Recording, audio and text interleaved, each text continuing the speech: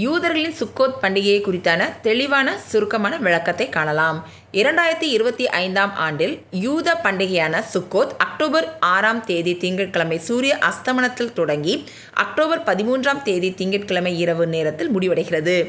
கூடார பண்டிகை என்று அழைக்கப்படும் சுக்கோத் அறுவடையை கொண்டாடும் ஒரு வார கால யூத விடுமுறையாகும். மேலும் இஸ்ரவேலர்கள் வனாந்தரத்தில் பயணம் செய்வதை நினைவு கூறுவதாகும். அறுவடையை கொண்டாடுதல். சுக்கோத் என்பது அறுவடைக்கும் நிலத்தின் ஆசீர்வாதங்களுக்கும் நன்றி தெரிவிக்கும் நேரமாகும். சுக்கா என்னும் கூடாரம். சுக்கா என்பது விடுமுறையின் போது தங்குவதற்கு கட்டப்பட்ட ஒரு தற்காலிக வெளிப்புற அமைப்பு.